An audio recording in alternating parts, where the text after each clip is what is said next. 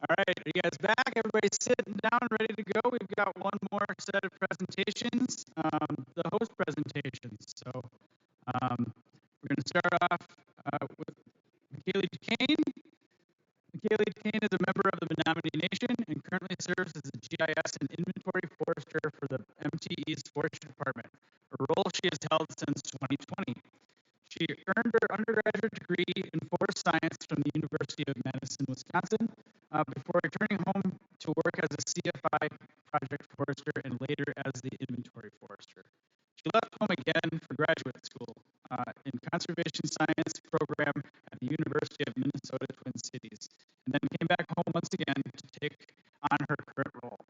Outside of work, McKaylee enjoys spending time outdoors, camping, hiking, and when the seasons allow, foraging for plants and mushrooms on the Menominee forest. Also, I'll introduce the legend Ron Waukau Sr. Ron is an enrolled member of the Menominee Nation and has lived on the reservation his entire life.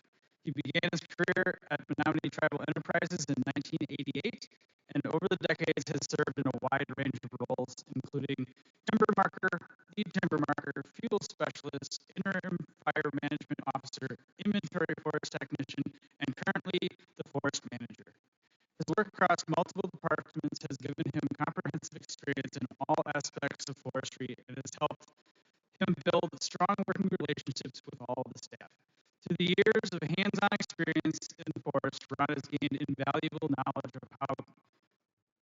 that now guides his approach to sustainable forest management. He applies this expertise to support the long-term health of the forest while fostering positive relationships with the staff who are essential to its success. Outside of work, Ron continues to spend time in the forest with his friends and family where he enjoys hunting, fishing, and gathering. So please welcome McKaylee and Ron. All right, good afternoon, everybody. Thank you for those of you who are still sticking around. It's been a pretty long day. Hopefully we don't bludgeon you with too much information. But to get started, we want to talk a little bit about the history, but also about just Menominee forestry in general. So a lot of people are from all across the country, maybe even across the world, but just a little reminder that the red outline is Wisconsin and where we currently are, tropical humidity and everything. If you zoom in on Wisconsin, the little red outline is also the Menominee Reservation. Again, just a reminder to show you guys where we're at. And also want to acknowledge that the little star, that's the mouth of the Menominee River, and that's actually where our creation story for our tribe took place. So we are on ancestral lands, but we unfortunately are not where our creation story happened, but I would just want to acknowledge it. So this was a little baby of mine, a little project, if you will. I was always curious about like the exact GIS acreages of like the treaties and the land cessions and whatnot. So I used, I think, a Forest Service layer to develop this map. And so in 1827, there was a treaty that established all the tribes and the bands across Wisconsin for their territories.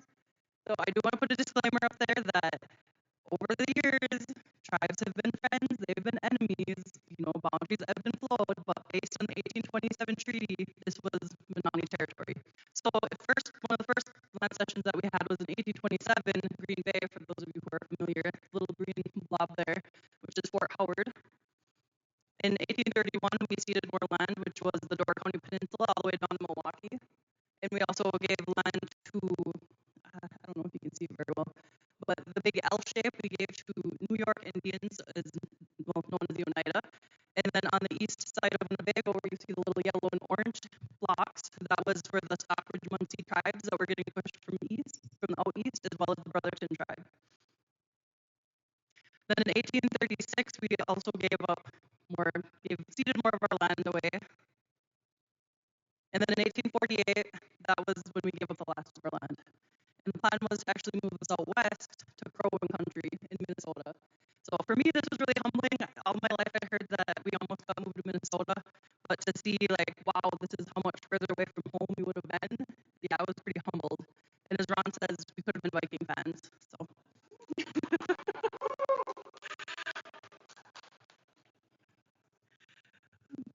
But our chief at the time, Chief Oshkosh, he had some sort of clause in there that, hold on, wait, we're actually going to back up here. He went out and visited that land, and he, you know, my people aren't going to be able to live out there. We don't recognize that land. We don't know these plants. We won't survive. Put us on the worst land in Wisconsin, and we'll do better than we will out in this land we don't know. So in 1854, that's what they did. So they put us on a temporary reservation, just to tide us over for the time being. But then in 1856, they actually made it permanent. And in the process, we gave up 2 townships to the Stockbridge-Munsee tribe. So they came from Connecticut, they got booted to, I believe, Indiana, and then they made it to Wisconsin, and they were getting ready to move into Nebraska, but they ended up by us. So, and then just another close-up of the reservation. I also like to do this so that way you can see the outline of it. The sharp green contrast to the egg fields, that's what we're known for. And Ron always likes to point out on the, how would I say, northwest or top left corner of the reservation, you can see a little bit of a lighter green line. That's the 2007 tornado touchdown. So we did have a tornado touchdown, and it was almost a 45-degree angle, and it crossed the reservation. It went up into Forest Service land, and what was this, about 15, almost 20 years later, you can still see that scar. This is Ron's photo, but I guess I can talk about it. This is a little bit of an older one. We don't see the Green Bay as iced out as well anymore because of climate change. But this is an older one. You can also, I don't know if you can see it also very well on the screen, but you can see, this close up, you can see the tornado scar really well to kind of indicate how much older this is. And I don't know, it's just really cool to see as the snow starts to leave the state in early springtime, and then even still you can see the dark green of the trees still poking out through all the snow. We've been quoting Chief Oshkosh all day. I mean, he was ahead of his time with understanding what sustainability is. And this was the 3-legged stool that Chris mentioned earlier today. I mean, it's still something we still work with, but you guys also saw his honeycomb model. I'm sorry I don't have it on my slide.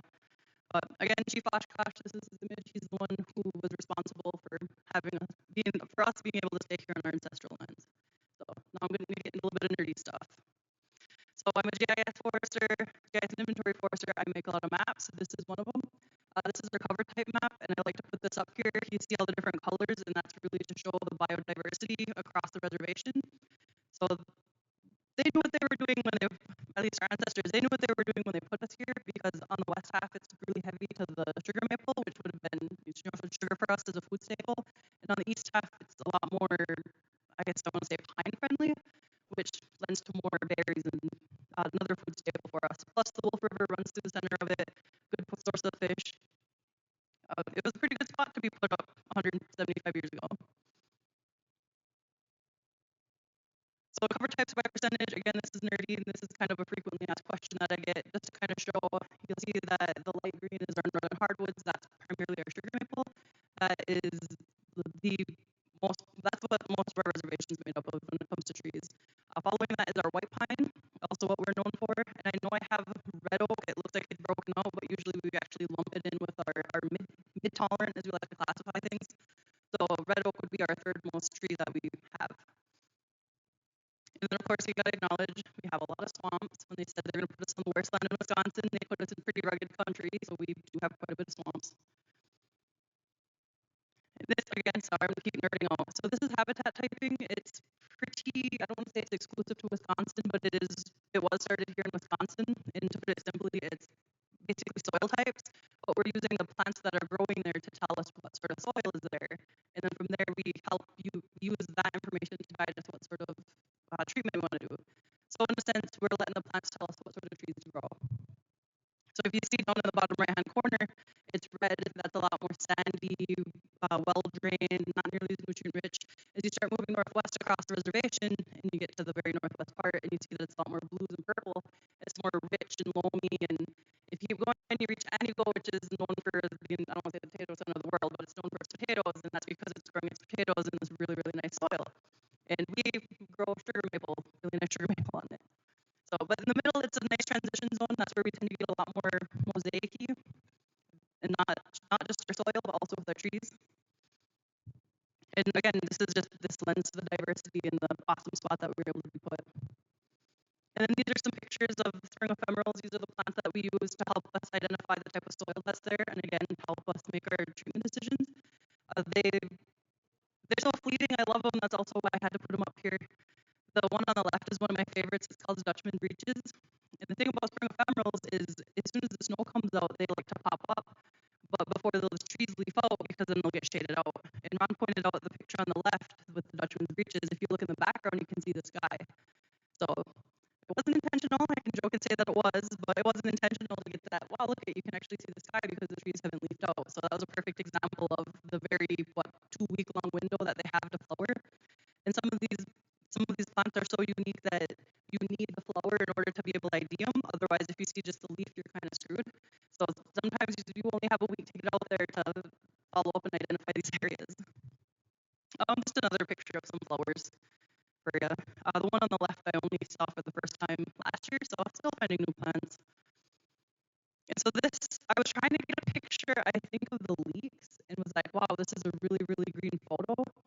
There's a lot going on here, and so this will let me go on a little bit of a tangent about our deer population. So the state of Wisconsin did not have the best deer harvesting, what would you say, regulations.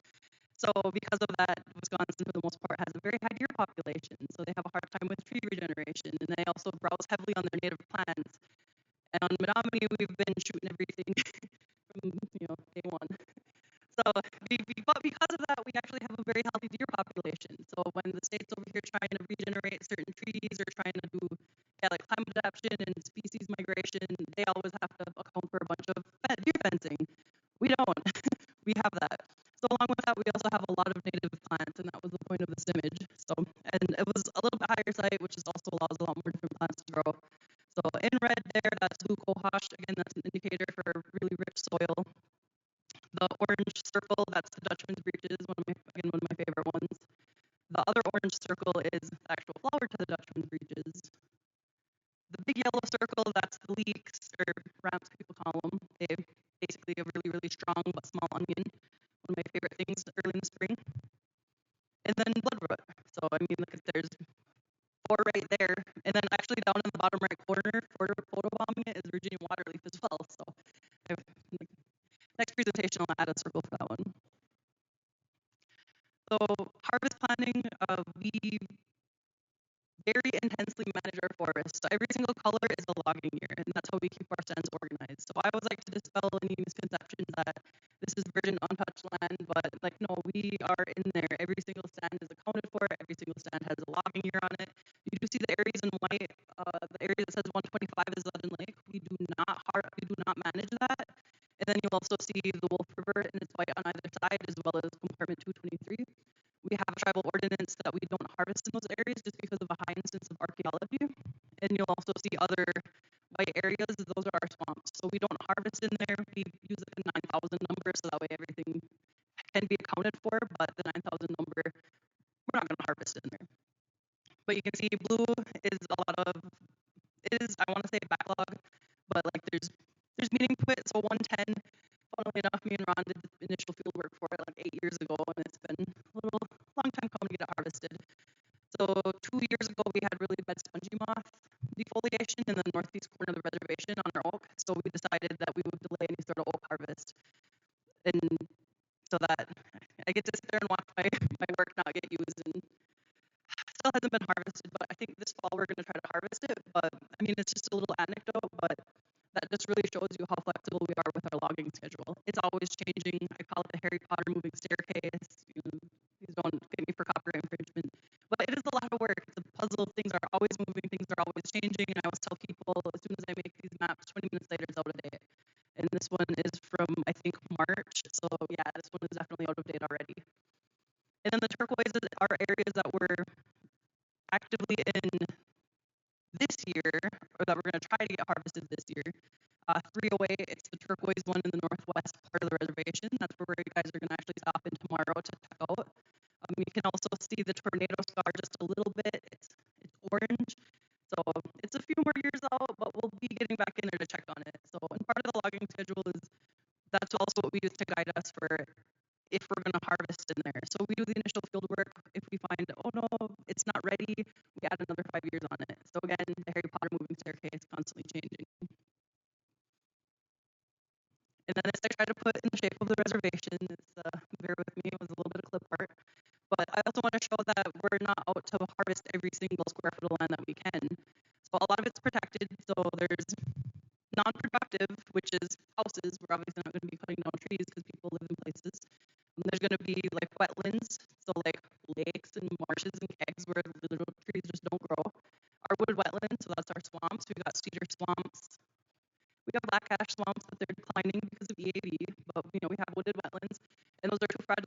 system, so we don't typically harvest in those. Other protected areas, we have buffers, islands. For our clear cuts, we do 50-foot buffers from wetlands. Sometimes we can go in and harvest after the fact. Usually we don't. What else? The Wolf River Corridor, there's also archaeology. So at the end of the day, we only, about 74% of the total acreage across the reservation is what we actively manage in sustained yield. So just to show you, we're not out there any little spot. So this is a little bit layout how our forestry is structured. So forest manager's up on top, but he's sitting down right here right now. We have one silviculturalist. That person oversees, he's not here, he's off at a training this week. He oversees our harvest prep forester as well as our forest development harvest prep department and then forest development department. We also have forest health, so that department is more in charge of like invasives and whatnot and general forest health, if you will. And let me step back. Harvest prep is, they're the ones who are doing the tree marking. There are a lot of boots on the ground. Forest development is developing the forest, if you will. We're growing the forest. They primarily focus on our white pine regeneration because it's always a fight with our hardwood because hardwood grows faster, and it's enough work to be its own department. So then we keep going on to timber harvest administration. They work with the loggers. They make sure that the loggers are taking everything they're supposed to, and not more, not less. So not wasting, but also taking everything, but also not stealing. Inventory, which is my department. We just hired 2 new foresters. I was finally able to wipe the vacancy marks off that one. It's 1 to 2 year process to get anything cut, and everything starts in inventory. We do the initial field work and then just maintain the data for the stands. Fire preparedness is over our field department, and you can see that we have quite a few fire folks on our staff. So as we've always said, that you can see where the money's going based on the number of positions. So we are about 50% fire and 50% forest management. So we are functioning with about 16, 17 people. Is that right? No, that number's not right. No, I think so. 16, 17 people to manage this whole forest. So remember when I said about 170,000 acres? So if you really wanted to divvy it up, basically everyone's in charge of 10,000 acres each. Silviculture, I want to rip through this quick. Don't want to be too into the weeds. So our types of prescriptions most often used, this is specific to the Midwest. We have uneven age single tree selection. We use even age selection, shelterwood seed tree, clear cut natural regen. We're trying to move away from clear cut because not a lot of people like that term. Plantation thins, we have some plantations from when we were terminated back in the 50s. From the 50s until the 70s, we were terminated, and we had some plantations put in, and we're dealing with them. We take we'll work with what we have in pine releases. Oh, and fire. So really quick single tree selection. We're removing individual trees. We use this mostly for our shade tolerant species, specifically in our northern hardwood stands, sugar maple, which is what we're known for. This is just an image of a marked sugar maple stand. So again, you guys will be seeing this tomorrow up in 308. Clear cut or coppicing. So this is best for shade intolerant and successional species like aspen and birch. Specifically trees that like to sprout from their roots. So we've definitely had people who they don't like to see a clear cut. It does look rough that first year, but it essentially resets the stand. It's sprouting back from that root system. And so it's definitely changed people's mind when you let them know that it's still the same tree. It's coming back from the same roots. And then the other thing that we like to inform people is that a lot of wildlife rely on that. A lot of birds are edge species. And then here's an image of an aspen stand 5 years later, and you can see how dense it is on the left side of the road. That rabbits have awesome cover in there. The rabbit population is going to be great in there. So a lot of people don't realize that, as rough as clear cuts look after a year, they actually serve a good ecological benefit to us. So this picture was taken at 6 in the morning on a grouse survey. So I know we say forestry, but we lend a hand everywhere when it comes to that. We do wildlife, we help with fire, we even do a little bit of prairie restoration. We do it all. Anyways, shelter woods, don't want to waste too much time. It's a pretty arduous task. Yeah, so there's a lot of them. Multi-step process that takes multiple years, and then the other issue too is once we have it in the seed tree state, we need to somehow keep the hardwoods and other plants growing underneath it from overtaking it while we wait for a good cone crop. So, but I'd rather give you guys the image to look at. So this is a shelter shelter wood, this picture was taken back in 2020. It is, back then it was a 180-year-old stand.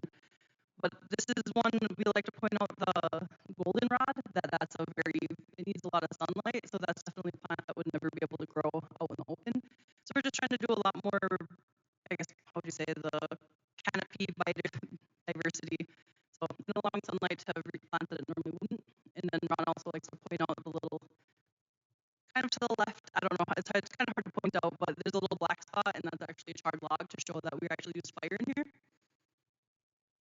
And then 5 years later, this is the same stand where, I don't want to tell the locals where this was, but the berries were insane in here last year.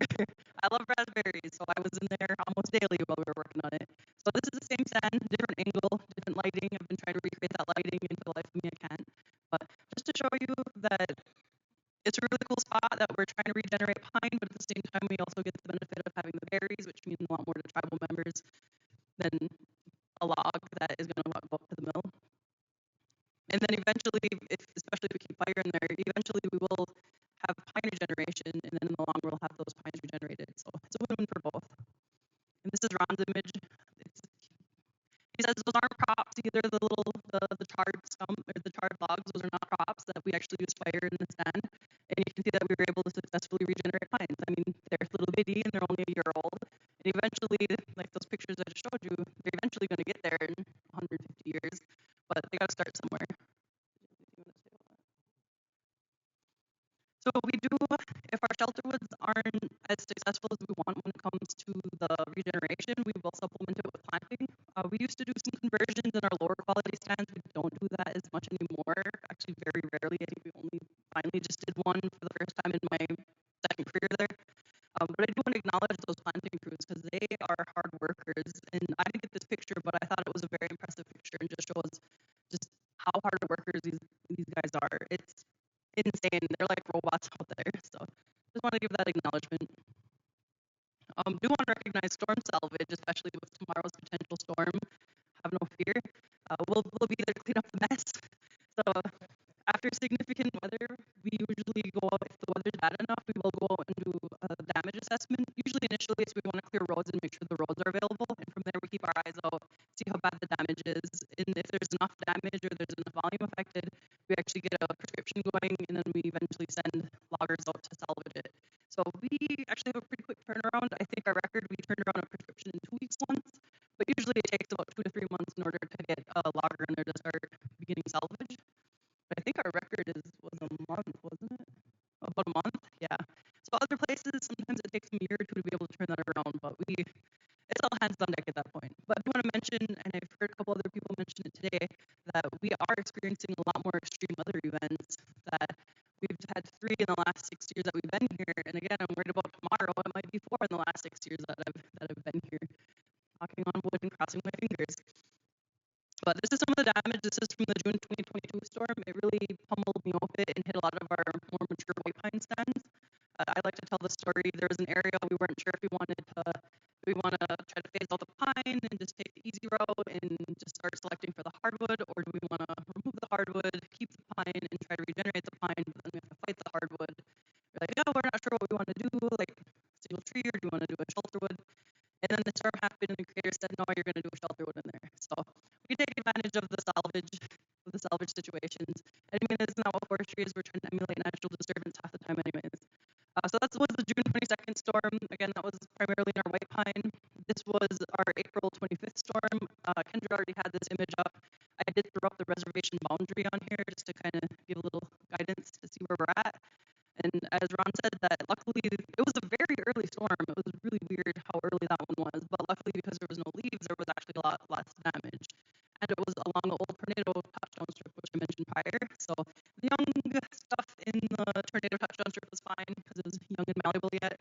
But I was saying it kind of gave it a salvage fade just because of the different heights of the trees.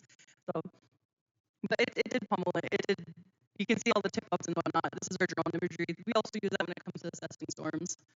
This was our July 25 storm. So we had actually three big storms in that same year, but these 2 did the most damage. But this July 25th storm was actually all in the residential area. So unfortunately, forestry was not able to help because it's just the zoning kind of limited us. So can see again that we got pummeled pretty hard last year. And then here's our map that you can actually see all of our historic wind events. And you can see, again, I'm scared for tonight or for tomorrow's storm. But right now we have 3 since 2020, but then we have, I think, 6 of them in the last 20 years. So we're having a lot more wind events happening. And one of the other issues, or I guess not the issues, struggles when it comes to these wind events is it's not always going to be a tornado that flattens things. Sometimes it's a huge swath that does a lot of scatter damage. So it's all its own type of hard work. You'll see like the bright green was the 22 storm where yeah, there was a lot of damage, but there's a lot of smash pockets, but it was also a lot of scattered. The light blue one that goes all the way across the res, that was all scattered. The red in the top left, that's the 2007 tornado touchdown. There's the orange one from 1984 that was also a tornado. So you can see that the tornadoes are really narrow strips and they flatten it, but then we also have our more wider spots that, again, they are each their own type of hard work. Non-harvest areas, again, to reiterate that we aren't trying to get into every single square foot of land and try to harvest. We have our swamps and wetlands we protect, Wolf River Corridor I mentioned, inaccessible islands, also our archaeology sites that we protect. So, and this is one of those areas, it's very mature white pine and hemlock, and it's a pretty cool spot. It's never been harvested, it's never going to be harvested because there's a stream to the north of it, there's a swamp to the east, there's another stream to the south, and the Wolf River to the west. So it's its own island, it's a really cool spot to go to, but yeah, it's never going to be harvested. So fire. So we use fire. We have our suppression preparedness, and I like to say they're the ones who put out the fires when little kids are playing with fireworks when they're not supposed to. And then our fuels crew, which I think, I can't remember how many we have off the top of our head. I think there's like 15 of them right now. So they do mechanical fuels reduction most of the year, but they also do prescribed burns when the time is right. So our fire season is done. So that was usually March into May on a really good year. Let's see. Oh, our different types of prescribed burns. So they primarily focus on wildland urban interface. That's like their number one because we want to protect houses and whatnot. We also do a little bit of prairie. We've been doing quite a few site preps, and then understory. You guys will see an understory tomorrow. Wildlife openings because yeah, it's cool to have a lot of trees, but again, we want to keep that diversity across our canopy. So we do want to have little openings for the wildlife. And then forest health. That was a garlic mustard, kind of an experimental burn.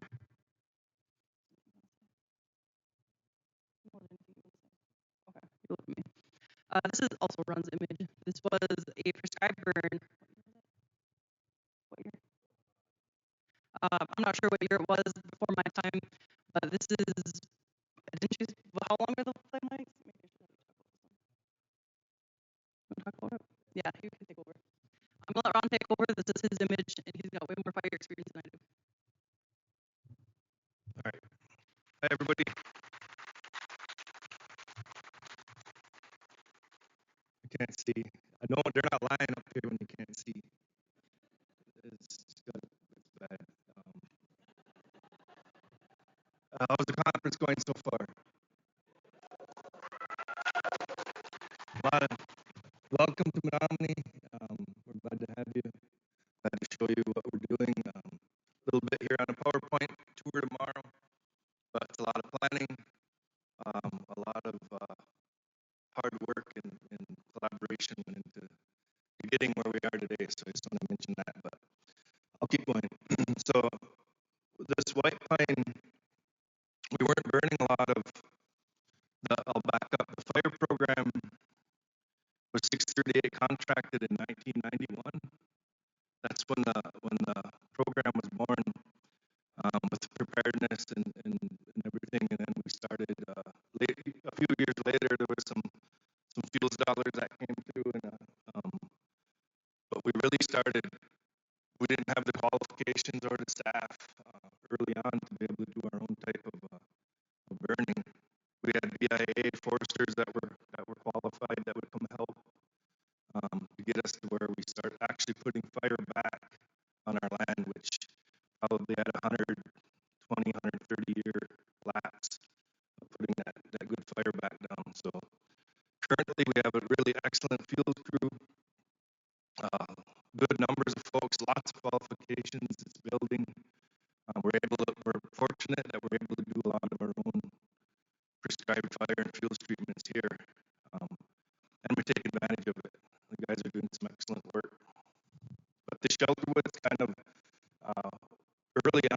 started putting fire back in these pine stands, it was a little sketchy. I don't know if Bennett's still here, Jeremy Bennett, but it was early on. And Curtis was here, I believe. Um, Curtis Wakey, who's our fuel specialist. But yeah, it was. A lot of people think this is a Western image, but it is actually from the state patrol plane that came by because it saw the smoke and snapped our picture for us, and we use it quite a bit. But the fire history part of knowing that our ancestors are burning and using cultural fire starts by knowing what the landscape looked like, and we dig around and find what we can as far as historic documents and maps. And this original Wisconsin vegetation map that we use shows what I think it's from 1832 to 1886 that they took the whole entire state was done by a General Land Office survey. But at each corner or each section corner, they would mark the vegetation that was on site, and that was produced by University of Wisconsin map. Did the art map. These are actual notes from our reservation that they're available online now, but we found the old actual copied survey notes in our office downstairs in a banker box that someone saw enough 30 years ago to save these and get the notes.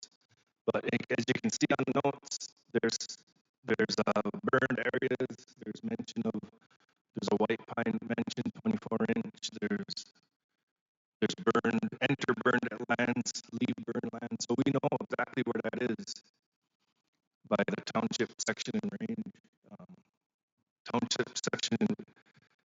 range and section line. So we can go and look at that today and know that there's fire history in there. We can look for, we put points on those burnt lands and where we know that there's areas that were burned. We're starting to do some dendro work. Is that in your slides later? Okay. But we're starting to do some more fire history, looking at fire scars, looking at dendro work, looking at what the trees are telling us when the fires were occurring and what fire frequencies our ancestors were burning, and bringing that back. So it's real valuable information to us. This is our version of the big landscape map.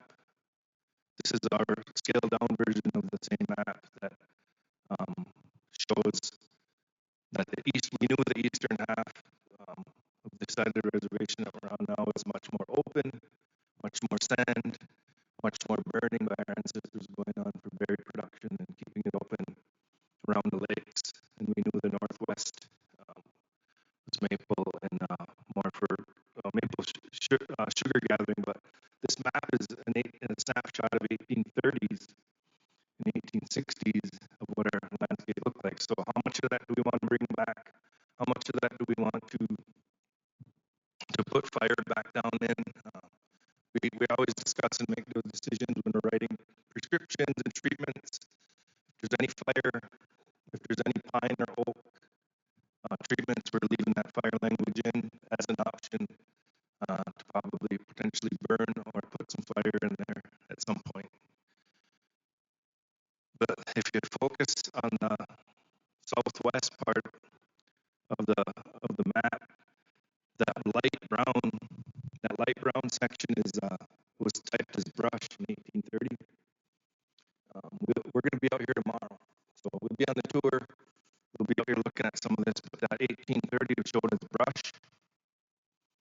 And then the nearest next map that we could locate historically was the 1914 planning map of our reservation, and then that brush in that brown area now turns to young pine. And then on the tour tomorrow, you'll see that pine's 180 years old now. So when we look at that on the tour, you'll see McKaylee had a slide of the goldenrod, and that's that same stand. When we're managing our pine, we did a lot of early on. We did a lot of shelter wood, herbicide, anchor chain, big efforts in forest development to get pine introduced back. We didn't use a lot of fire, but we know historically that was brush, that it burned, that our ancestors were gathering, they were putting fire down in there for their use. When reservation status came, that all stopped. When termination came, there was no, so we took this big, huge 130-year gap, no fire. And that basically, really, when you look at the stand, it just basically site prepped it for pine that we're managing today. So let's bring that back. Let's learn and put fire in stands and use fire as a tool. Again, because that's basically what developed the stands in the first place. So we're learning as we go. Cool pictures from the southeast corner. This is called the southeast corner fire. It kind of hazes out to the fire. It's in the back, some smoke. But you know, the landscape is that's what it looked like right now. That's mostly pin oak. The large red pine are still remnant, scarred up. A lot of fire scars on them. This is where a bulk of the blueberry gathering was occurring. When our ancestors were gathering and selling blueberries back in Minnesota tribes as well. Bushels of blueberries on rail as the rail came through in that landscape now. So we're looking at, we're opening areas back up in the same part of the reservation, putting fire back in there, monitoring. We have help or Sneaqua if she's here. We have students that are in looking at the berry growth, the burn cycles that we're doing. So we're trying to get it back. Our goal is to get tribal members back in here and gathering and picking berries and not being secret about it in our secret berry picking spots. We taught anyone that was with us on the workshop yesterday on the inventory silviculture type workshop that we did. This is very near to where we were doing the plots. So, and we talk about even age management with our members. We talk about clear cutting and kind of resetting things. You know, this is from the early 1900s, and there's no trees. Which is again, we find these old pictures. We find this old just how much burning was actually occurring on this resource and how much fire that they used. So going back and re-educating and sharing with our members, doing outreach, going out in the community, letting them know what historically we had and why it looked that way. Because, you know, the whole generation of us that just no trees. We're a timber tribe. You know, before that, this is what the landscape was shaped by fire, by our ancestors.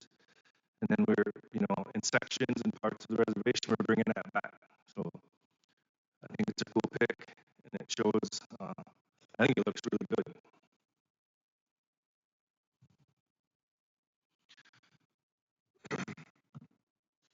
Another historic photo that we found in the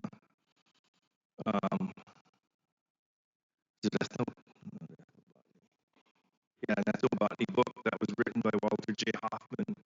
He did a lot of tribes throughout the country if you research and Google the author. But he was here, and he took this picture of a camp of berry pickers, lit a fire, there's a fire going, drying their clothes. But when we first found the photo, we looked immediately behind the berry camp in a tent and looked at the landscape, open, berry patch, burned repeatedly, open. Everyone knows now in forest management, if you open something up, you're going to get everything wants to grow. So they were tending to these stands, putting fire on the ground. You can see some of the trees on the back right. You can see some of the marks. We're finding these trees scarred. If not the trees, the stumps that are still remain that we're able to identify and get the fire scar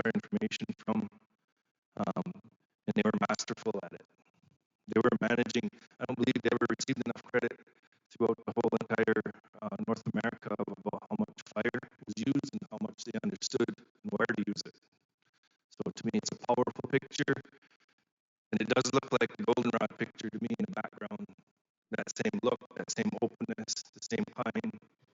And we're putting fire back in these stands. So while we're holding the stands in a silvicultural state for shelterwood, we're getting the berry production, which is a win for both us and the members. Preaching to the choir here, I'm sure everybody knows, once fire suppression started, the scarring on the tree stopped, and the whole entire ecological balance of the resource that we know that our ancestors were managing for, that they had open, changed. No more fire, trees are going to grow, it's going to fill in, it's going to become less fire prone. It's a pre-1900 pre-settlement look that we're seeing in some of the pictures was evident to the fire suppression, the closed canopy, shade increase. So for us here, it's opposite. The western states will get a catastrophic stand changing fire if nothing's done in here. If they're to take fire, if they took fire out of their landscapes and quit using here, it makes it less fire prone. For us, it shades up. You get your maples and your other things growing under your pine and our fire currents. Unless we do something in there, management to open it up, or there's some sort of other disturbance. If we do get some fires in here, they're mainly understory, leaf litter, manageable fires. So again, we're bringing back, getting rid of the mesophytic layer, opening it back up, and putting fire back in some of these stands. Just a real picture of it, evident on the left, some of the oldest pine that we have on record, but there's been no disturbance, there's been no pine management, there's been nothing but single tree rotations of removal in there over the last 100 years. So you can see it's without anything to alter that or to open it up, where pine needs that open landscape and then they need more sunlight. It becomes the mesophytic layer and encroaches. You got beech on the right, still some remnant pine left. You have a beech, a maple filling in, and if nothing's done and we just continue to let the stand go, it's just going to transition back to a northern hardwood stand. So those are the tough decisions we have. Which stands do we pick? Which stands do we manage for pine? You know, we have about 10,000 acres of this on good habitat types where we have to make decisions like this on. So that's it. You guys got any questions? I don't know if we're gonna do questions or want to sit down and want to get out of the light. I can't see you. I can't see if you raise your hand. All right. Paul has served at the Stockbridge-Munsee community since 2012, where he's currently serving as the forest manager. We thank him for his work today, moderating. He did a good job.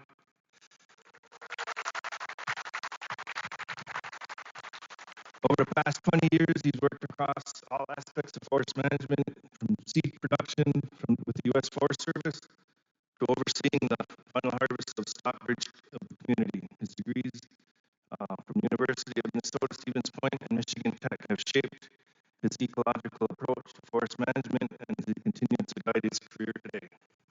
Welcome, Paul. Thanks, Ron.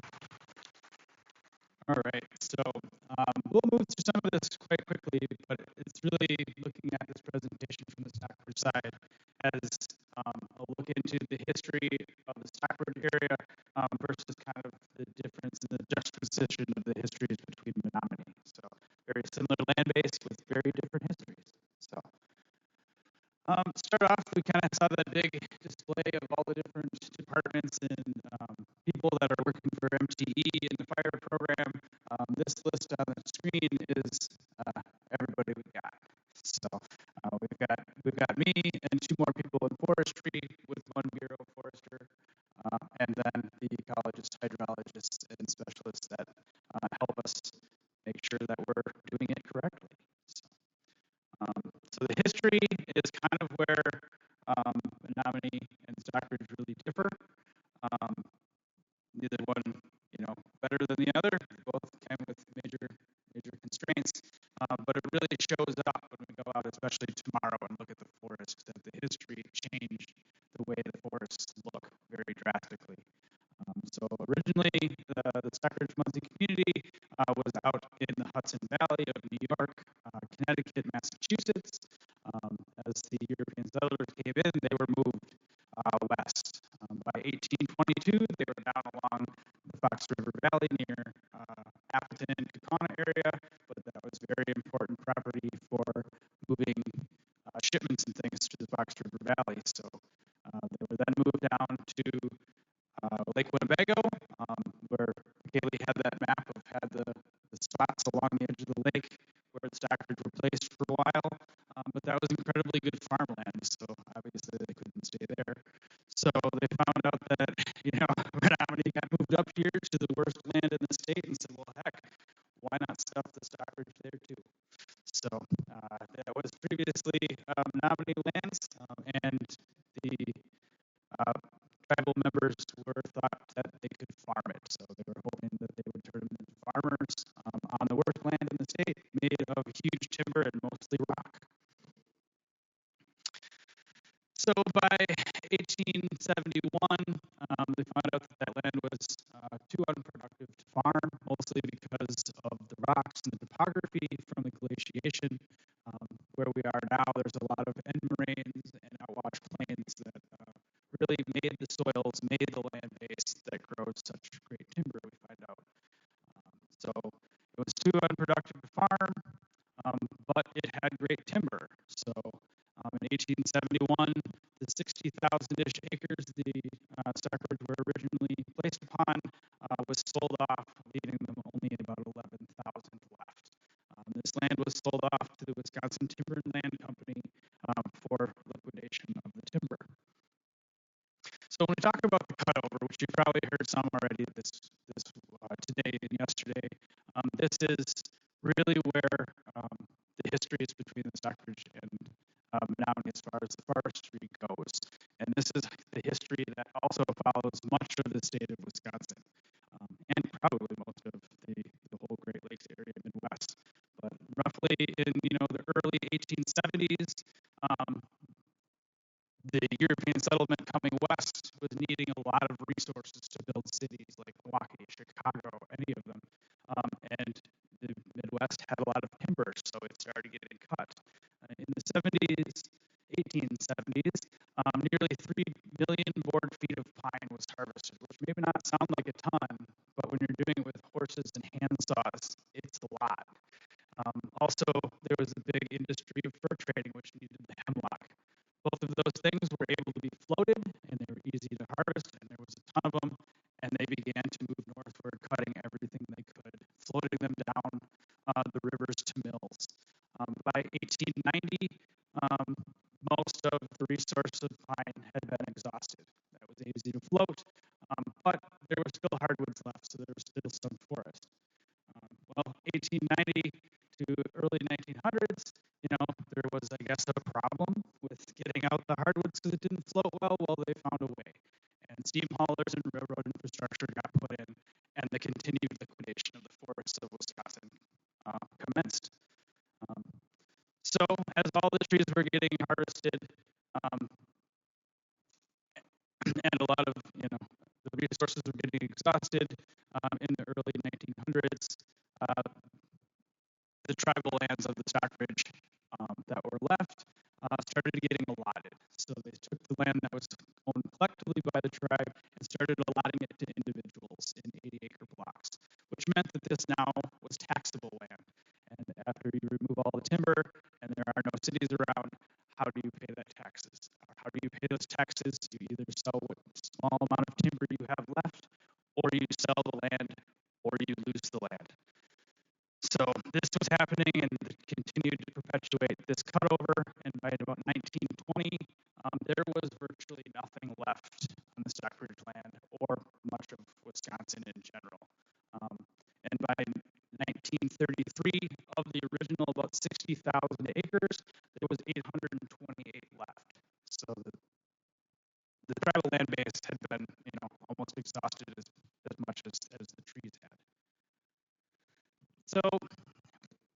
1833, we hit that lowest point, or 1933, we hit that lowest point, and by 1934, the tribe started to organize and had drafted a constitution, and also in it developed a charter that protected timber through sustainable yield forestry. This helped kind of move the tribe forward, and by 1938, began receiving some land back from the federal government. So as the timber barons moved through Wisconsin, they purchased up land or took land, and as they exhausted the resource, they no longer needed it. Why keep it? It started to default back to the federal government, and that's how the tribe got some of the land back. In 1940, they did the first cruise of about 16,000 acres that was now back to tribal land in trust status, and there was 7,600 board feet. When I say that, I don't mean 7 million board feet, 7,000. So about a semi and a half on 16,000 acres. So there was very little, if anything, left. So as the forest started to come back, as it does, when you put it over, by the 1950s, early 1960s, there was some trees left. They weren't big, but there were some here, and the Bureau of Indian Affairs stepped in and started implemented a continuous forest inventory, which kind of started forestry for the Stockbridge community. The forest management plan was developed, an annual allowable cut was developed. Annual allowable cut starting off was 500,000 feet, and it was in complete control by the government. By 1964, the first BI forester was placed on the reservation and began to clear cut the now rotationally mature aspen. So after the massive clear cut that left the land pretty much vacant, the first thing that happened is we started clear cutting it. So this didn't go over great with the tribal community. As you can imagine, many of the people were still remembered the great cutover, still remembered being able to see from one end of the reservation to the other.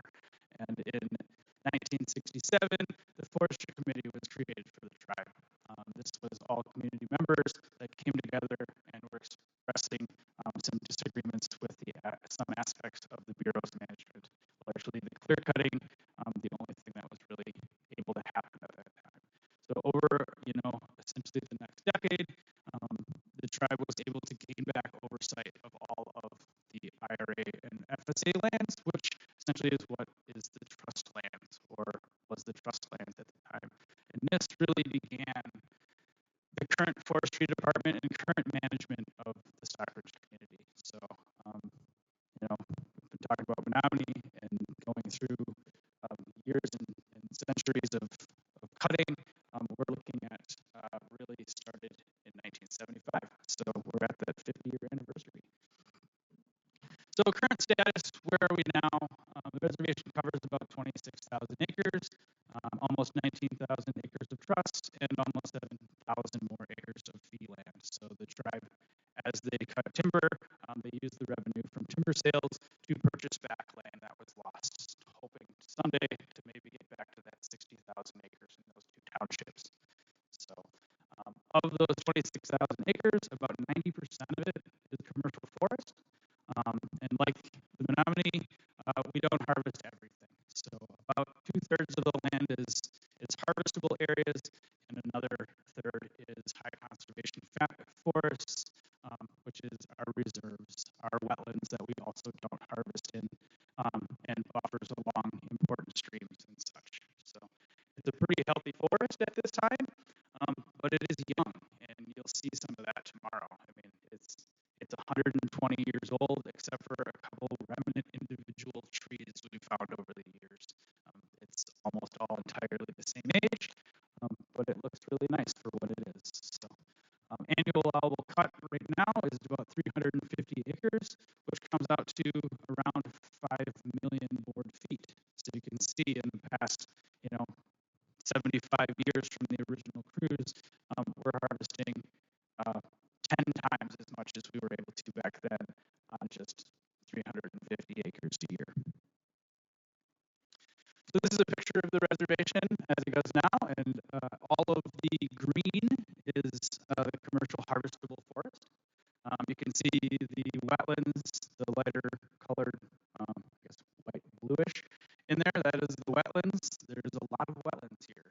The glaciation and the way the topography and hydrology are, we're 30% wetland.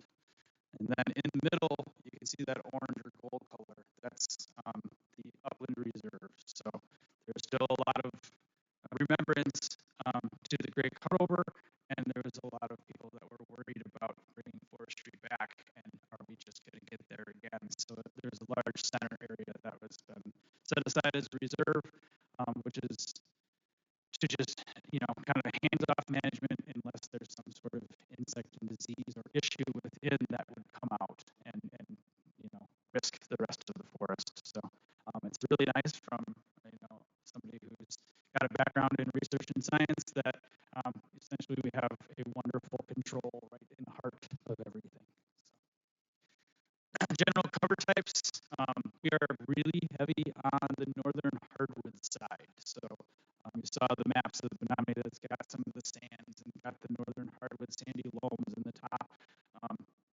Stockbridge largely got the sandy loams and is northern hardwoods, a few pockets of pine here and there, and hemlocks as we grade out of the uplands down towards the wetlands. So very heavy on the northern hardwoods and sugar maple. So current forest management, northern hardwoods, hemlock hardwoods, we're mostly just doing thinnings and select harvest. Again, it's young. The forest is 120 years old. So we are in essentially even age stands right now, hoping someday to move to all age stands, but we're not quite ready to get there through management alone. There are some areas of red oak, aspen, pine, and other minor components. Most of those have come from disturbances. So wind disturbance is our main disturbance regime here, and we'll talk a little bit more about that. But in these areas where we're trying to, hold on to a few of these other cover types, we'll do some alternate silviculture and do thinnings or do shelter woods or even clear cuts to keep some of these other cover types on the landscape. 30% of the reservation is wetland, so there's a lot of interest in water quality and considerations when we do harvests or do any management out there. So there's the upland reserves that helps protect a lot of those ecosystems and keeps that old growth kind of component. I wouldn't call it actual growth, but it is mimicking, and someday it should get there. And also we've got buffers along our main rivers, 4 main rivers, that actually does a really nice corridor across the entire reservation. So we've got these kind of old growth components, old growth stimulated areas that do span the whole reservation, even where we are doing cutting. So that's what we'd like to be doing. That's the management we hope to be putting on the ground and what's in plans. But we do a lot of restoration and rehab work as well. And that is not the presentation that I thought we were headed to. Okay, we're halfway through. We'll just start talking about it. So from the management that we were hoping to do with just basic thinnings and basic normal forestry practices, what this conference is about is forestry in a changing environment. And that's where we seem to find ourselves far more often than we are doing regular management. So, McKaylee talked about, and Kendra talked about early the 2022 storm. Well, that was a huge one on Stockbridge. We had a portion of tornado that came through the reservation, as well as those straight line winds. Of the, say, 22,000 acres of commercial forest, we lost over 7,500 of that. Of those acres, they were damaged so bad we clear cut 3,000 of that, and after a quick continuous forest inventory afterwards, we found we lost 40% of the tribe's harvestable volume in one night. So we're still working on that. Since 2022, we had another storm in 24. We cut another talking about tomorrow and it getting windy, and I'd like to stop that talk because I'm not ready. So, we're seeing these new wind events. We're seeing massive amounts of flooding this spring from rain events that aren't, a half inch over a day or an inch over an evening. We saw 7 inches in 4 hours. We're blowing out dams that were put in back in the 20s. And it's just creating more and more barriers to do good forest management that we need to look at. We're seeing invasive species come in that we've never had to deal with. I mean, EAB is the most recent one. It was first detected on Stockbridge 3 years ago. We have full mortality in most of our black ash swamps as of this spring. We are seeing mortality in our white ash on the uplands as of this year, and we're heading into a salvage operation to go and capture the value of those white ash in the uplands later this fall. The acreage of that is going to about be equal to the acreage that we did for the 22 blowdown. So, we have a staff of 3 or 4 people. We're looking at doing another 7,000 acres in 2 years. It won't be the volume of the blowdown, but it will be the effort of going through that many acres and marking it and setting up sales and administering sales and all of the accounting you all know well that goes with doing something like that. So it's a massive amount of work. And what doesn't happen during this is normal forest management, the kind of management we want to put on the ground, the kind of stuff that gets us set up for the future and next generations of trees and people. So that's where this slide that says restoration and rehabilitation came in. So we are focused a lot on doing things like that. We're focusing on doing underplantings in our black ash swamps to keep shade on the important rivers that create habitat that support our brook trout, a species of fish that's very important to the tribe. Or we're doing underplantings out in other parts of the forest that are devastated by oak wilt that we're seeing a ton of because we're having these wind events in the early spring, like Kendra talked about earlier, that's causing massive diebacks in our oak population, and we're trying to get something back there so that we can keep that in a forested state. We're looking at blowouts and culverts. You saw how many wetlands were on that site. If you want to go from anywhere to anywhere else, at some point you're crossing wetlands. And to get management or to get salvage jobs done, we need to be able to get there, which is having us doing a ton of work with resizing culverts that have either rotted out or were undersized because it was used for 1 year. So we're doing aquatic organism passage, massive stretches of stream restorations to try to get ourselves set up to be able to deal with these changes that are coming, or are here for that matter. I think what else we got in there. It's a lot more slides. But yeah, I guess we can open it up from there and answer questions that you might have for myself, Ron, or McKaylee.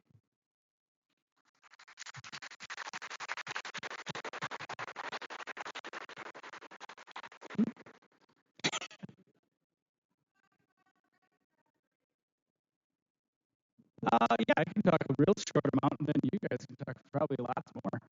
On Stockbridge, we do some wild rice restorations. We've been planting for quite a few years, various backwaters of the river, as well as some other wetland restoration sites. It's been pretty fun, and we do have some members that have been able to collect now. You guys want to handle that? I know you do a lot more. So we are forestry, wild rice restoration is actually more in our environmental services department. I guess anecdotally though, I know they have been doing some replanting in some of our local lakes. However, we do contend with the waterfowl. They also like wild rice, probably more than us. And so they're very good for eating not just the seed, but the plant whole. Honestly, it's more just kind of watching it around the reservation and seeing it come back in certain areas. It's all water dependent, and so like our crazy historic historic blizzards and historic rainfall definitely was not good for wild rice when it's so water level dependent. But yeah, sorry I couldn't have a better answer for you. Who's out there? Anybody? Can't see anything. Sure, shoot. Yeah, my name is Jimmy. I'm a consulting forester in Southwest Wisconsin. Yeah, just as you guys were going through the slides, a lot of like the terminology and stuff that you're discussing like seems really familiar to me, but there's obviously like a difference in regard to the stewardship practices that you all practice here versus like neighboring TMO lands or maybe state lands or the Forest Service. I was just wondering if you could highlight or kind of discuss any conceptual differences in your theories or your practices that exist between what you guys do here versus the neighbors. Want me to start on that one? I'd say on the Stockbridge side, I will speak a little bit on.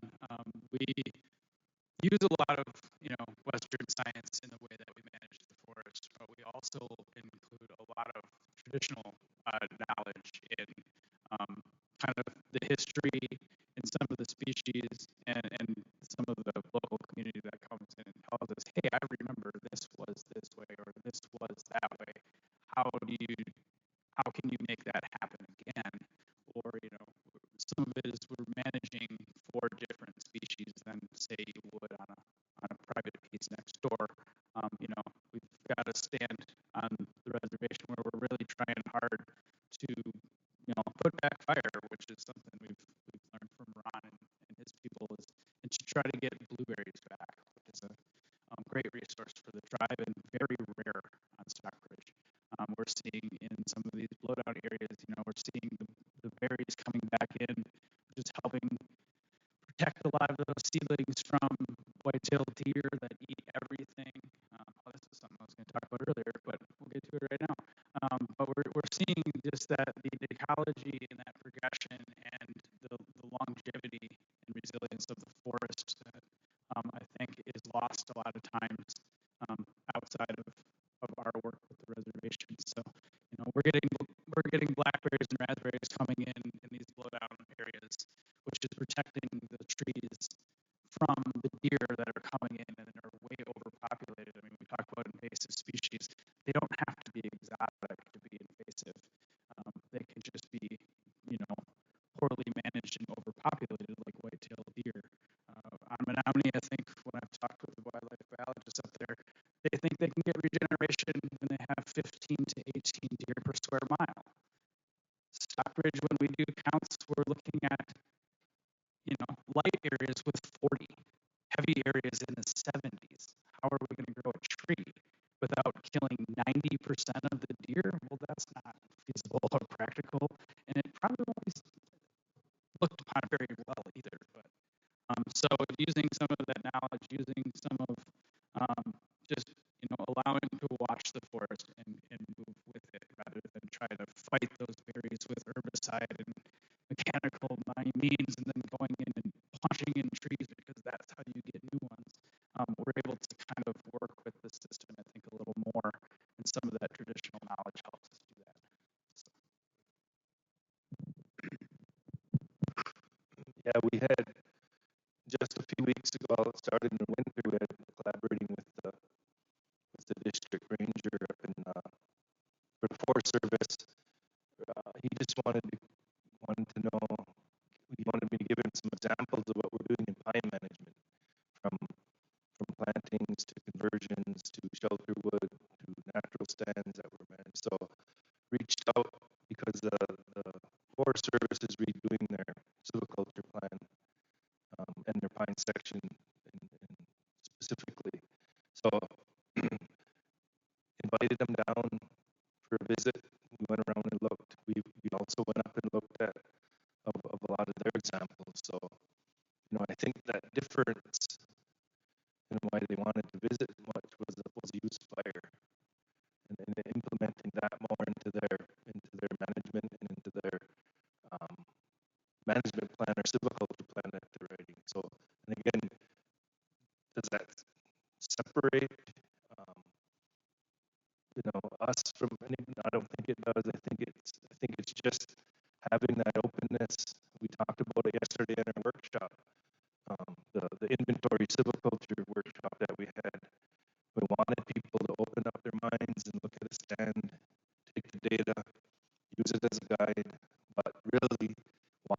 in that particular stand in those acres and look at what would make sense in there. What does that stand need? What historically was in there? Fire, obviously red pine, fire scars. But get a feel for it. It was just a workshop for 8 hours, but I wanted that to be, and that's how we kind of approach it here. Everyone has input in our meetings. Everyone has inputs of what we should do. We have guides. We have silviculture handbook. We have prescription implementation and treatments that are by the book. If we look at a stand and it keys out to a certain cover type, and these are your options, but we want people thinking outside of that as well, and looking at the land from a wider angle and having those discussions. I think that's really healthy for the staff and really healthy for the management to be able to do that type of stuff. So we encourage that. Allie again from College of Menominee. Thanks so much for your presentations. I was just wondering if you're thinking about assisted migration and what some maybe opportunities with that could be for the systems that you manage, and maybe what some concerns or challenges might be for that tool. Thanks. That's a great reminder of one of the slides I really want to talk about. So, Menominee and Stockbridge are only 15 or 20 miles north of the tension zone between central hardwoods and the northern hardwoods. I mean, obviously we have beautiful northern hardwoods, but only a few miles south we're getting into the central hardwoods, which have different species than we have up here. And as we're looking at this change in climate and the move of that tension zone north, some of our species here may not be as adapted to those conditions as species to the south. And so, we might see some of our species start to fall off and new ones come in. And as we're faced with things like these big wind events or emerald ash borer wiping out entire stands, Stockbridge is working to do slight assisted migration of a few species. So in our emerald ash borer underplanting sites, we're moving in some of the swamp white oaks. We're moving in hackberry. We're moving in some of the river birches and things that we don't see a lot of up here right now, but we know are only a few miles south and might be much better adapted to the future, which when we're talking about forestry, as you all know, we're talking about hundreds of years. Trees we plant to get today might live for 250 more years. And what does the climate going to look like in 250 years? I mean, that's what we're kind of trying to set up for. So in some of these areas, we're doing some of that. We've got a few of our blowout areas that we might do some supplemental planting in and fencing. But we're looking at moving in some of the white oak group, maybe shagbark hickory instead of what we currently have with bitternut hickory. Some of those species to kind of try to assist some of that migration within the forest setting. How about you guys? Yeah, similar approaches, Paul. Looking at another species we didn't mention much today was beech, American beech. It's fully infected. We're losing it. It's another. So if we look back at our early CFIs from the 60s, you had, I think, the 1972 annual cut had 8 million feet of elm. It's not even registering on our CFI now. You're gonna have beech is gonna be gone, ash is gonna be gone in your cut, in your whole forest. The wetlands, again, like you talked about with the swamp white oak, what trees have we lost, are going to lose, which ones are at risk, and what can we replace them with? We've done smaller scale. I think Andrew talked about the oak wilt in our pockets. So an oak wilt pocket may be the size of this room to maybe a quarter the size of the room, depending on the infection. But we've done some, and Tony, I know Tony came back home, Tony Wapuchik, it was good to see him back, but he was doing some stuff, planting elm, I can't remember the species of elm in the oak wilt pockets. This was like 5-6 years ago. already, and would be considered assisted migration where we're monitoring these trees. So it's we've done a little bit. We're going to do more, but it's going to be a part of us moving forward for sure. Ali, did that answer your question? What else you got? Hello, my name is Claudio Guevara. I'm from Oregon State University. I have a question regarding drought. I was wondering, now that you guys are preventing emulsification and having slower snowpacks and longer growing seasons, if you're having any issues with drought, and if so, if you're considering that maybe bringing fire back to the land might intensify that drought by removing the organic matter in the soil or stuff like that. Yeah, just wondering, because in the West it's very different apparently. Thank you. We don't burn. No, we do have drought, but as related to fire, yeah, I think that's up your alley. Yeah, I mean, the drought, we get dry spells in the spring. I mean, a drought, considering would be, a couple, 3, 4, or 5 years, where the last time we had, I think what we would consider real drought where affected our ability to burn or increased our ability to burn was probably 2009, 2010. But we really did burn more. We took advantage of those windows, doing growing season type burning, burning outside of the normal spring time, snow melt, leaf before leaf on and live fuels. So it's hard. I mean, we're monitoring the rainfall. It's been the other way for us more lately. Is we're getting more, like someone talked about in April, record setting. I think we're just a half an inch or whatever short of the record for rainfall in April, and then in March we got a 30-inch snowstorm, and then May now has been kind of normal, even on the drier side. So it seems to be more peaks, sharp peaks and declines of temperature and precipitation rather than a long trend of drought or a long trend of wet. It seems to be more erratic. So, but I guess to answer, if we do get those drier drought, and if we do get in a drought situation, that we would probably take advantage of it by putting more fire on the ground, I would hope. I don't know if that answers your question. Do you feel that when you do burn, does that exacerbate those drought conditions or not? It does. I mean, again, I don't know if we considered 2009, 2010 drought. I think it was on the lighter side of a drought situation, but we did notice. I mean, all of the indicators that you get when you're burning, some of your heavier fuels, mop up. We noticed it in some of the mop up and some of the fires were occurring. We got a lightning strike fire, which is rare for us because of the amount of precipitation that we get. And I'm looking at the old slides of that aerial picture of the lightning strike fire that we had in the northwest part of the res, and the lake was down about 10 feet. So you could see those impacts from the drought, and we're actually getting lightning fires here. That's crazy. I mean, it don't happen often for us, natural starts, but you could see it that in those years when we're getting that dry stretches.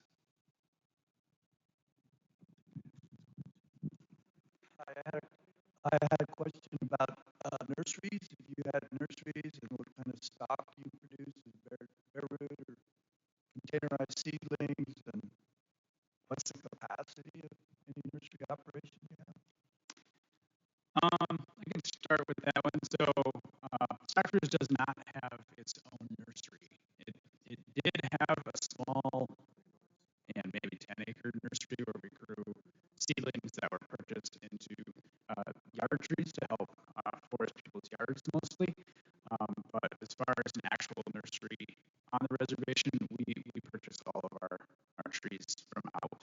I used used to work with the Forest Service. I worked with the JW Toomey Nursery up in the UP, and we have got seedlings from there down to the tribe, but a lot of it we purchase is either get them through the DNR, part of Natural Resources, or we buy from private entities. What you guys? Pretty much same answer as Paul. We do not have a nursery. Years ago, I believe the state had nursery on during termination on the reservation, but we do not, and we outsource. We do, and we have gathered our own seed from Koll, pine. We did pine, we did acorn, white oak, red oak. We actually did hemlock seed gathering, so we gathered our own seed and shipped it out to a nursery that the state was running. It's a lot easier, cheaper, but we did get our own back and to plant into our own stands, but we don't have a nursery.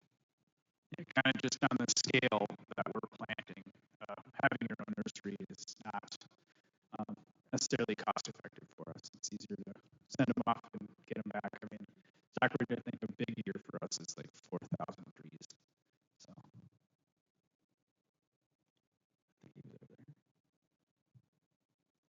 who else?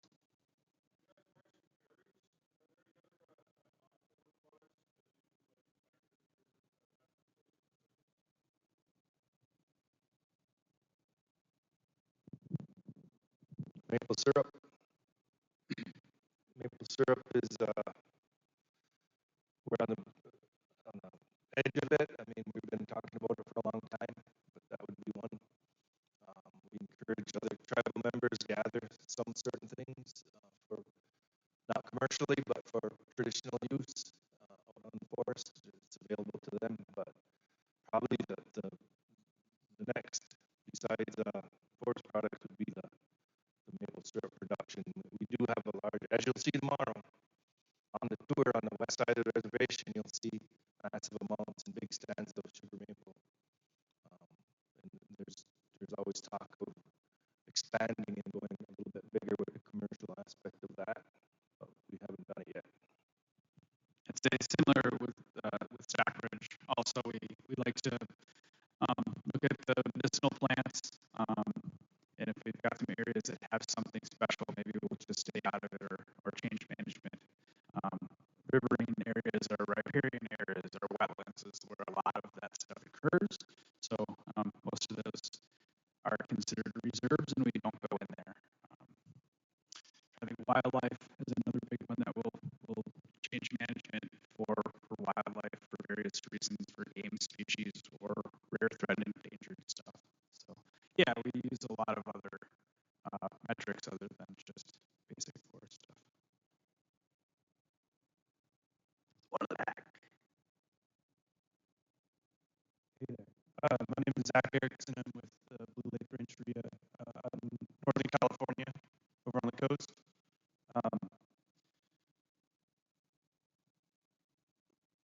Kind of a weird question. You know, currently we're kind of trying to quantify the carbon above ground, below ground, surface fuels, shrub layers. We had a researcher tell us, or maybe suggest that, like, kind of the culturally informed forestry practices were actually going to lead to less carbon storage. And I think the line of thinking was, if we were to open up a prairie, restore an oak woodland, you're removing a lot of fast-growing, open-grown trees that could potentially be packing on carbon. And I was kind of looking at your maps and kind of hearing this idea of these wide open stands, maybe those shrub fields, those berry fields that were once, not forested and are currently forested, and maybe getting those back to what they once were, and knowing how important commercial forestry is here at Menominee and neighboring tribes. Have you looked at what that, if you were to restore these forests back to these open structures, which I would guess maybe are less volume per acre, less basal area, what that reduction would look like if you could kind of meet your targets and your objectives, and just interested to hear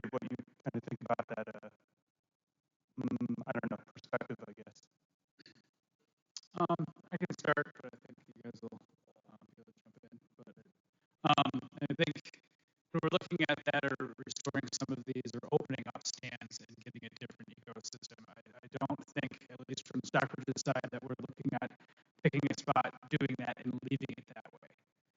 Like we're looking at it as a phase in the succession of that area and moving that stand around and around. That we're, that berry stand won't be at this latitude forever. It will be a berry stand that we want to have that moves around as the management moves. So I think looking at the management changing the carbon sequestration landscape would be looking at it too fine and too short of a time frame. But over the long term, we know that quality management and long-term management like that is going to build the soil carbon, is going to build the carbon storage within the timber, as well as the timber that's removed and used. So I wouldn't think that any of the management of those types is going to really reduce the long-term storage. It might reduce short-term local storage, but over the long run, we know that good sustainable forest management over the landscape does continue to sequester more. Yeah, I agree with Paul. I don't think the amount of acreages that we're talking about is going to interfere with any of the carbon sequestration. We're restoring it back to what the landscape was, and not the entire landscape, sections of it that are going to be useful to the tribal members, their use of it. If they're getting more use out of it as a gathering area for 20 years, we know what's going to happen if we remove and let it go. It'll go back to a timbered stand. So as we phase things and look at, and again, it's ultimately up to their decision how much they want. They want. We have our management plan that guides us on cover types and acreages and different tree species. We don't have a wide plan for how much of the landscape that we're talking about showing, but the management plan rewrite coming up in a couple of years where we're going to be implementing these type of questions that you have and putting them out. It would be a outreach type of community approach to the plan where there's input taken from the tribal members and we plug that all in, and these types of questions are going to be real ones that we're going to move forward with them. Ultimately, it'll be up to their decision of what they want to see out there. Does that answer you?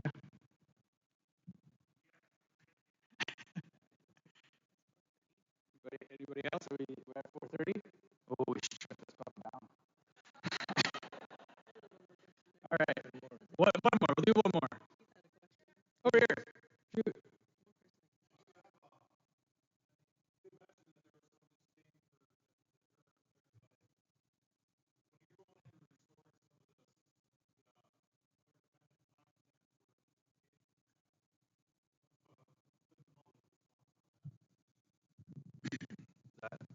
That's for the outreach, Keith. That's for the outreach part is vital to get out. Again, we lost our oral histories of how we used to burn for berries. We lost our elders. We didn't lose it completely, but we weren't able to.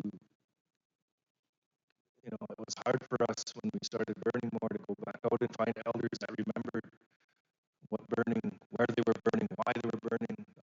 It was just like, well, we'd go back out where the fires occurred. We'd go look in the spring where the fires occurred and then come back later in the year. Was one comment about where elders, how they would gather. But yeah, it's taking more and re-educating, which is sad, which is a kind of a traumatic, the land trauma and the tribal members and the trauma, that the experience of losing that connection and the land ecological trauma that occurred out there. So restoring it back, it's just a matter of explaining why the importance of fire, the cultural significance of fire, and why we're going to see more columns of smoke coming up in these certain areas. And it takes a little bit more, which is sad that we have to go re-educate and relearn it, but that's what we're doing, and that's kind of what our approach is. It's social media now too, it's a lot easier. Everybody gets the message